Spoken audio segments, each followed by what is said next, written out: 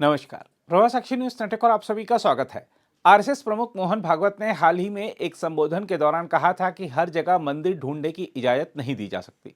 मोहन भागवत के बयान का विपक्षी दलों सहित समाज के एक बड़े वर्ग ने स्वागत किया था, लेकिन ज्योतिषपीठ के शंकराचार्य स्वामी अविमुक्तेश्वरानंद ने राष्ट्रीय स्वयंसेवक संघ प्रमुख मोहन भागवत की आलोचना करते हुए उन पर राजनीतिक सुविधा के अनुसार बयान देने का आरोप लगाया है।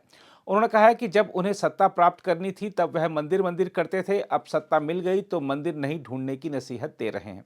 शंकराचार्य ने बांग्लादेश में हिंदुओं पर हो रहे अत्याचार की निंदा करते हुए कहा कि केंद्र सरकार को कड़ा कदम उठाते हुए भारत में अवैध रूप से रह रहे बांग्लादेशियों को उनके देश भेज देना चाहिए।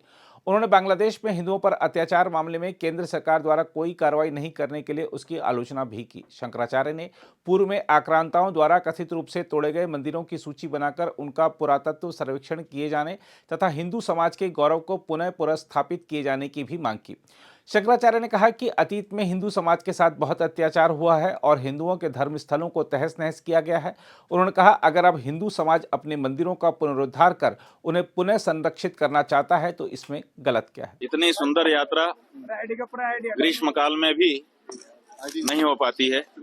हमने तो ग्रीष्म काल की यात्राएं भी कई बार की हैं, शीतकाल भी की है, लेकिन ये जो यात्रा अभी भगवती की कृपा से संपन्न हुई है, बहुत आनंद आया, बहुत आध्यात्मिक ऊर्जा उत्पन्न हुई, प्राप्त हुई।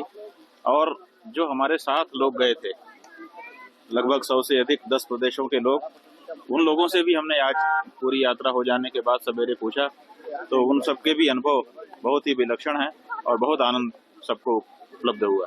भाई, ठंड कैसी थी और आने वाले जो यात्री हैं श्रद्धालु क्या कहेंगे? ये जो धारणा है कि हिमालय में बर्फ होती है इसलिए वहाँ ठंडा होता है, और प्रायः गर्मियों के दिन में जब नीचे बहुत गर्मी रहती है तो लोग हिमालय में आते हैं तो यहाँ पर उनको ठंडा महसूस होता है, ठंडी रहती है। तो लोगों के मन में ये बात है कि जब गर्मी में यहाँ ठंडी रहती है तो ठंडी में कितनी ठंडी रहती होगी, लेकिन हमने देखा कि ये तो उल्टा है। पहाड़ों की प्रकृति गजब की है। जब नीचे गर्मी रहती है तो यहाँ ठंडा रहता है, और जब नीचे शीतलहर चल रही है, ठंडी बहुत तेजी से पड़ रही है, तब यहाँ गर्म है और बहुत सुंदर वातावरण है। ठंडी का तो बिल्कुल वहाँ पर कोई विशेष अनुभव ही नहीं हुआ हम लोगों को। बहुत अच्छा मौसम है, और पहाड़ों में जब नीचे ठंड रहती है तो ऊपर गर्म रहता है। वहाँ के लोगों ने भी हमको बताया। आपको नहीं लगता कि अखाड़ा परिषद को भंग करके नए सिरे से चुनाव होने चाहिए? अच्छा, ये बताओ, अखाड़े का मतलब क्या होता है? अखाड़े का मतलब ही होता है जो आजमाइश होती रहे, जहाँ लड़ाई भिड़ाई होती रहे। तो ये लड़ाई भिड़ाई होती रहती है, लेकिन बहुत अच्छे से कुंभ होगा, कोई इसमें चिंता करने की बात नहीं। के 2 फाड़ 3 फाड़ 4 फाड़ होते रहे, कितने भी फाड़ होते रहे, मतलब कितने भी फाड़ हो जाएं, लेकिन जब स्नान का समय आएगा, यही तो हमारे सनातन धर्म की विशेषता है कि हम लोगों को, जो देखने वाले लोग हैं, उनकी दृष्टि में अलग अलग दिखाई देते हैं, लेकिन जब मौका आता है सब एक हो जाते हैं। कुंभ जो है वो बाकी सब अलग उसका महात्म्य है धार्मिक, लेकिन सांस्कृतिक सामाजिक महत्व उसका ये है कि सनातन धर्मियों की जो एकता है वो कुंभ में दिखाई देती है। जाति में, वर्ण में, इसमें उसमें बटे हुए जो सनातन धर्मी हैं वो कुंभ में एकाकार होते हैं। और हम संत महंत अलग अलग अखाड़े हैं हमारे, अलग अलग हमारे संप्रदाय हैं, अलग अलग हमारे दर्शन हैं, लेकिन कुंभ में सब हम एक हो जाएंगे।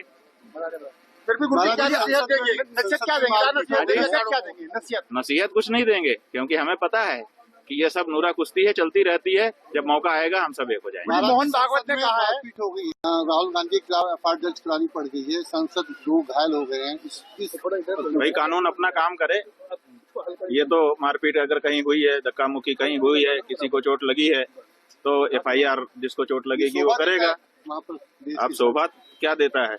शोभा तो बिल्कुल नहीं देता है, लेकिन अगर हुआ है तो उसकी जांच होनी चाहिए और निष्कर्ष निकलना चाहिए। इसमें क्या दिक्कत है? कानून अपना काम करेगा, इसमें बहुत ज्यादा बोलने की बात नहीं। मोहन भागवत जी ने बयान दिया है मस्जिद के नीचे मंदिर ढूंढना उचित नहीं है। लोग हिंदू नेता बनना चाह रहे हैं, किसी की छूट नहीं।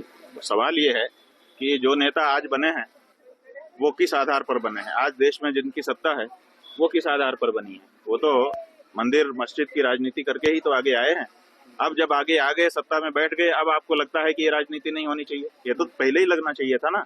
ये जो वक्तव्य है ये सुविधाजनक वक्तव्य है कि जब हमको जरूरत होगी हम गाड़ी का एक्सीलरेटर दबाएंगे, और जब हमको जरूरत होगी तो हम ब्रेक दबा देंगे। ऐसा नहीं होता है। देखिए, न्याय की बात यह है कि अगर अतीत में हम हिंदुओं के ऊपर कोई अन्याय अत्याचार हुआ है और आज हम उसका संज्ञान लेना चाहते हैं, तो किसी भी समय हमको हक है कि हमारे ऊपर जो अत्याचार हुआ है हम उसका संज्ञान लें। एक मस्जिद की बात नहीं है, जहां भी ऐसी बात उठती है अगर उसका परीक्षण करके दूध का दूध पानी का पानी करने के लिए कुछ लोग आगे आ रहे हैं तो इसमें नेता बनने की क्या बात है। जो भी व्यक्ति समाज के लिए आवाज उठाएगा वो तो नेता बनेगा ही, और वही नेता बनना चाहिए, दूसरा बनना भी नहीं चाहिए। महाराज जी, लेकिन इनसे दंगों की स्थिति बन रही है, तो इसमें कम से कम दंगों की कोई स्थिति नहीं है। दंगों की स्थिति तब बनती है जब हम ताल ठोंकते हैं, जब हम मिल बैठ करके बात करने के लिए तैयार हों, जब हम सही प्रश्न उठाएं पक्षपात बिना, तो कोई दंगा नहीं होता है। दंगा तो तब होता है जब किसी को हम उत्तेजित करते हैं, जब हम अपशब्द का प्रयोग करते हैं, जब हम राजनीति करते हैं, जब हम पक्षपात करते हैं, जब हम गोलबंदी करते हैं, जब हम ताल ठोंकते हैं, तब दंगा होता है। इसमें दंगा की क्या बात है। अगर आप भी लेना चाहते हैं देश दुनिया की तमाम जानकारी तो आज ही सब्सक्राइब करें हमारे चैनल को। साथ ही नीचे दिए बेल आइकन को जरूर दबाएं ताकि हर अपडेट आप तक पहुंच सके।